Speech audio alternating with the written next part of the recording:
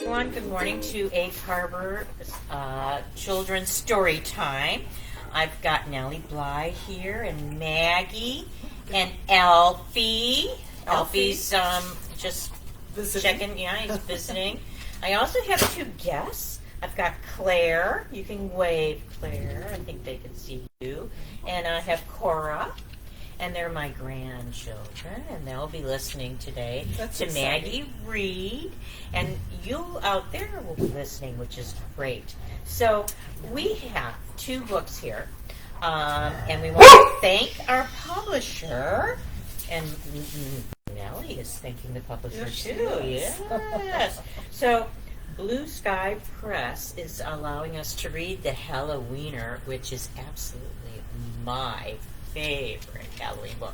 In fact, this is my book. And then we have Snitchy Witch.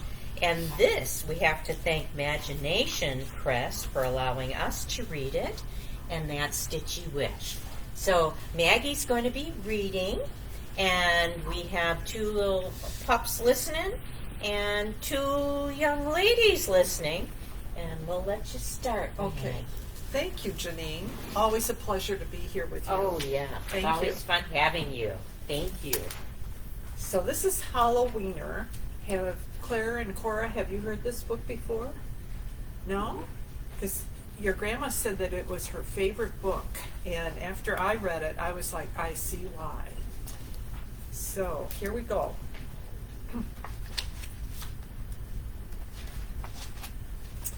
There once was a dog named Oscar who was half a dog tall and 1.5 dogs long. You know what kind of a dog he was? What kind? Yeah, a wiener dog. But what is the dog breed that he is? No. How about a dachshund? Have you heard of dachshunds? So I think he's a dachshund. Because of his unusual shape and size, all the other dogs made fun of him. Wiener dog, they called him. And Oscar did not like it one bit. That wouldn't be much fun, would it?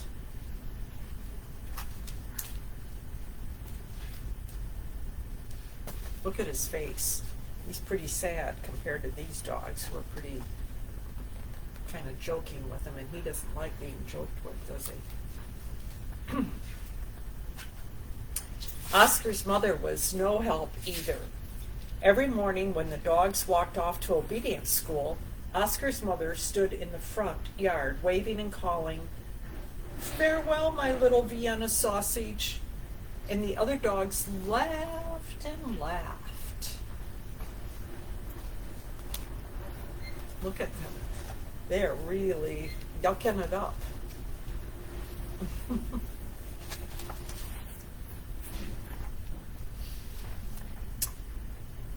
Most of the time, Oscar was upset by all of this, but not today. Today was Halloween, and Oscar was thinking about other things. All day long at obedience school, Oscar daydreamed about Halloween night, trick-or-treats, and scary costumes. I wonder if he's going to dress up.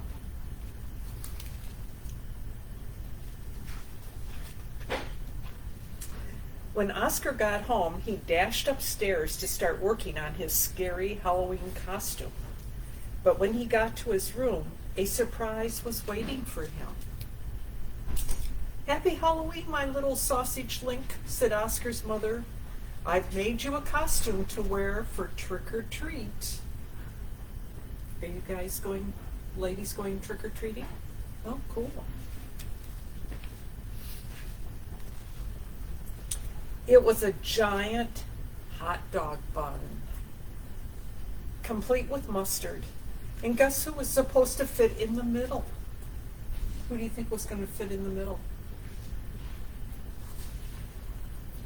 Oscar did not want to hurt his mother's feelings, so he decided to wear the silly costume. So I guess Oscar's going to fit in the middle, huh?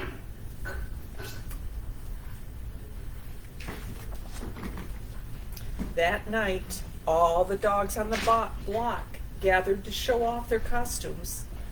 Everyone was looking quite scary. Then Oscar showed up looking quite frank. So you see Oscar? He fit in that costume.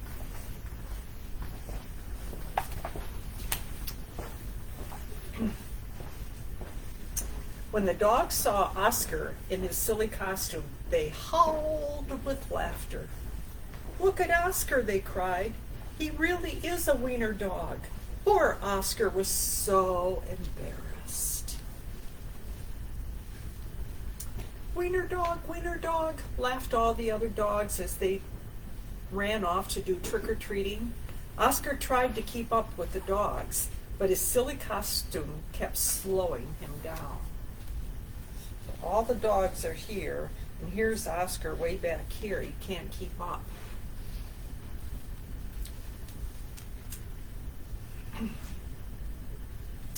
All night long, the other dogs hounded every treat they could. All night long, the other dogs hounded every treat they could get their paws on. Look, they were grabbing all the treats out of the neighbors' bowls. And then when Oscar got there, look what was happening. So by the time Oscar got to each house, there were no treats left.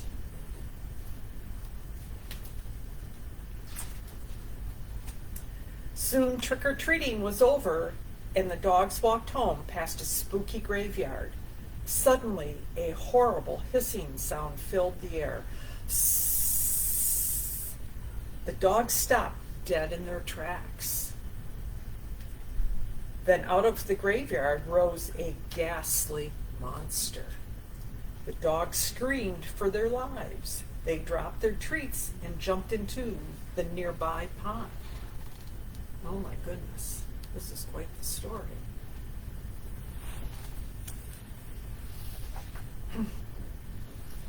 The monster moved closer. "Please don't eat us," cried the dogs. The monster yowled and hissed.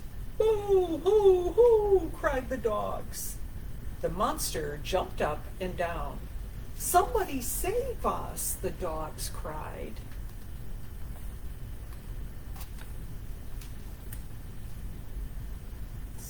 See them all? They're all crying. They're all stuck in the pond. At least they know how to swim, I think.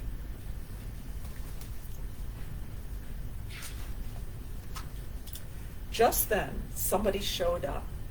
It was Oscar, because Oscar was so short, he saw something in that the other dogs had not seen. "That's no monster," cried Oscar, and with a loud bark, Oscar waddled to the rescue. Oscar chomped and tugged with all his might. What do you think is in this costume?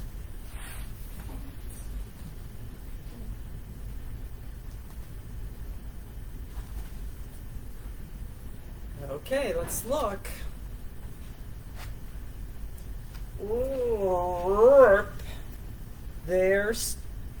There, standing in the moonlight, were a couple of ornery cats. Look at these two. They were pretty creative, though. "Help," cried the cats. "We're being attacked by a giant frankfurter." And they ran off screaming through the graveyard. There go the cats. They're kind of scared.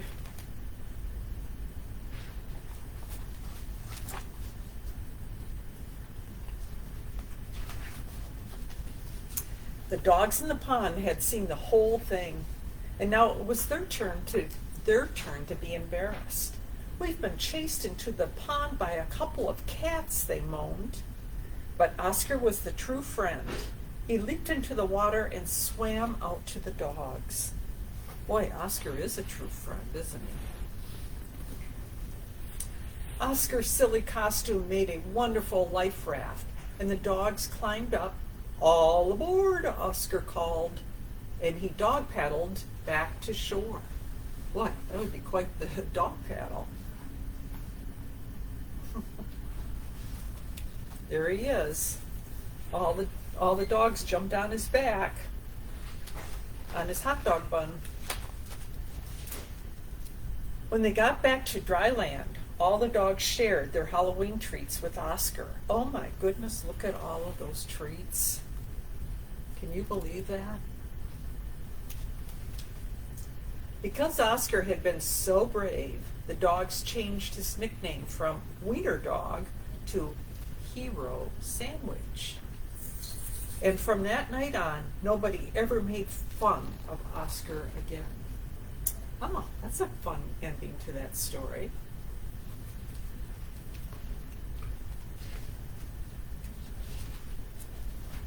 There he is, the Hero Sandwich.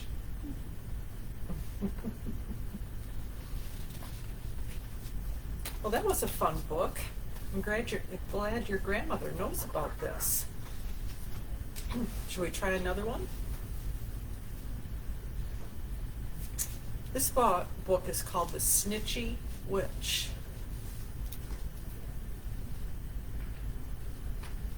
I think this might be the Snitchy Witch down here.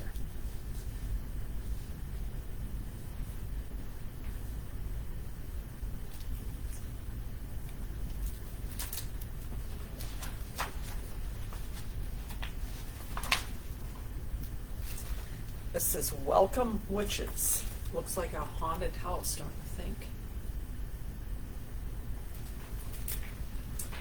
It was a full moon at Camp Spellbound. Every year, witches from all over fly in on their brooms. It's a hair-raising fun time.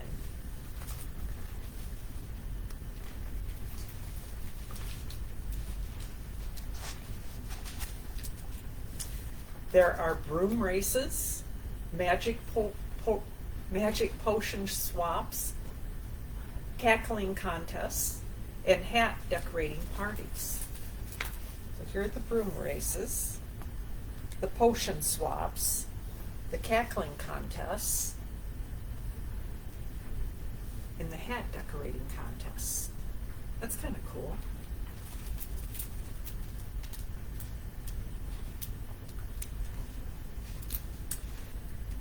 But one witch liked to snitch, and this caused trouble. Wanda liked to get attention from the head witch.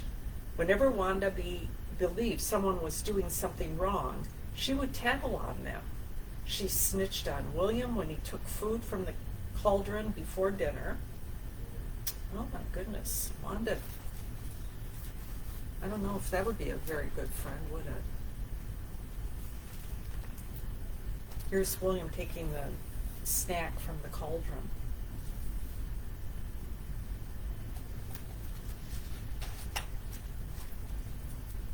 She snitched on Wendy for cutting in line.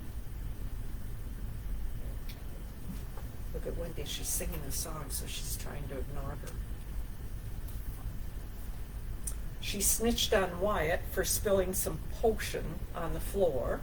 Oh, that's quite a mess to clean up. She snitched on Winnie for getting fingerprints on the crystal ball.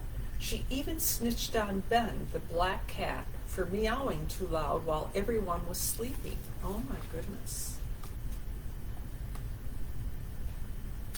Somebody would snitch on Nellie for barking too loud.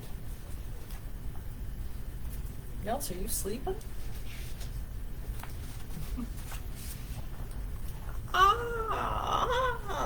The witches were wickedy angry with Wanda for snitching on everyone. Wendy let out a blood-curdling scream. Ah! No one wanted to spend time with Wanda at camp.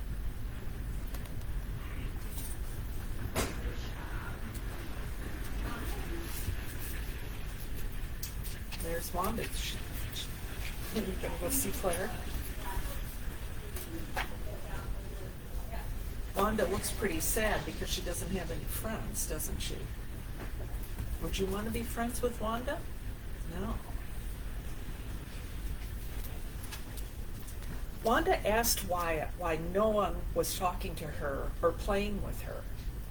Here's Wanda. We are angry because you tattle on us just to get us in trouble. That's snitching. It hurts our feelings. You only tell when someone is hurt, could get hurt, or you need help from a grown-up. Wanda laughed. That's a hoot, really? I'm not a snitch. But then she thought about all the times she told on others.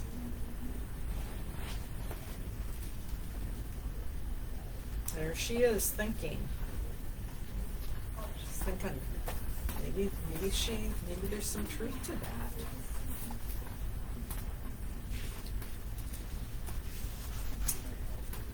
Later that night, several of the campers met down in the dungeon where no one was around. Let's put a spell on her tongue, William cackled. A spell that doesn't allow her to speak.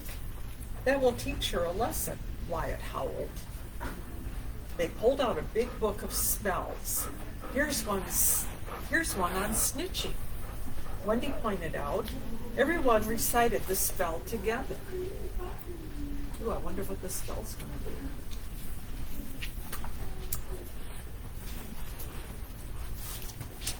Oh, moon so full, round and bright, we beg one favor of you tonight. For witches who tattle, witches who snitch, tie their tongues, zip their lips. No witch shall squeal or tell on friends. This spell will be broken when the snitching ends.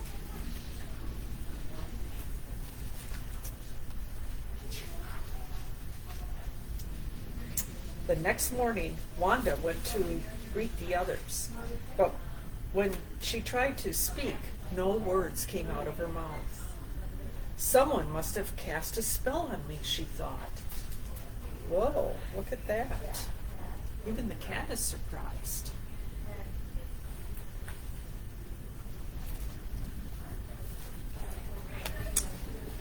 During breakfast, she saw Winnie taking an extra donut. She wanted to tell the head witch, but her voice was silent. Well, that's a good thing. Looks like they have plenty of donuts, doesn't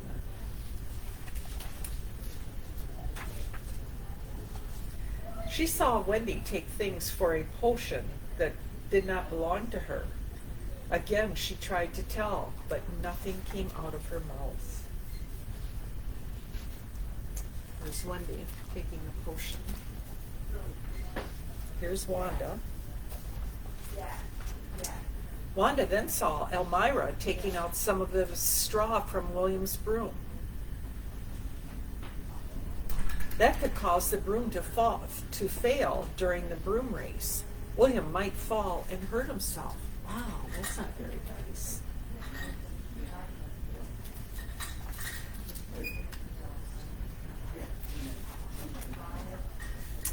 Wanda ran to the head witch. She took a deep breath and tried to speak. She mouthed, Elmira touched William's broom, but nothing came out of her mouth. That sounds like a snitch, Wanda thought. Wanda tried to speak again. Someone was trying to cheat. Once again, nothing came out of her mouth. It sounded like a snitch. Ah, that was a good thing they gave her that potion.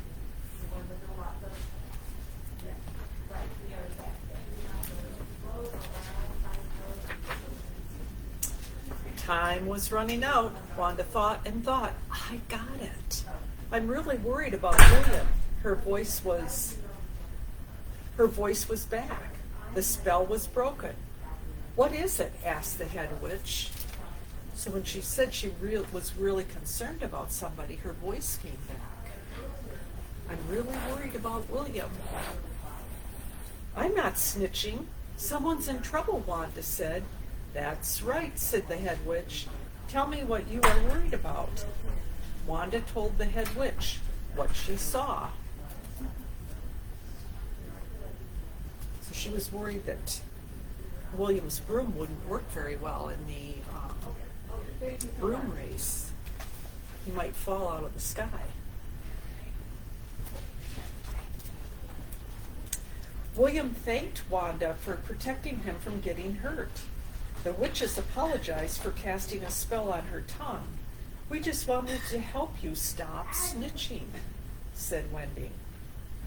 You don't need to snitch, Wanda, said William. You almost lost all your friends because snitching gets people in trouble.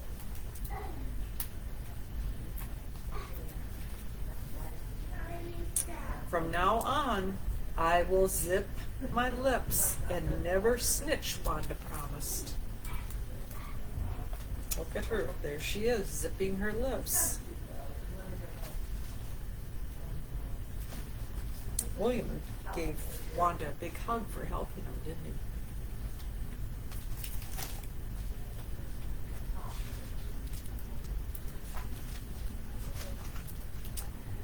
For the rest of the day, Wanda and her friends sat around the cauldron, cackling it up and having fun.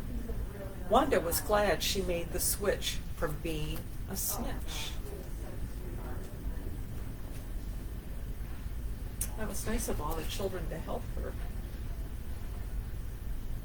They are having fun, aren't they? You know, it'd be kind of fun. Next year for Halloween, we should get some witches' hats and decorate them. I will make that suggestion. What are you going to be for Halloween, Claire? I don't know. I need to make something that's in my house. I cannot buy anything. That's cool. What are you going to be, Cora? Cruella. What is it? Cruella. Oh, Barella? She's a witch, isn't she?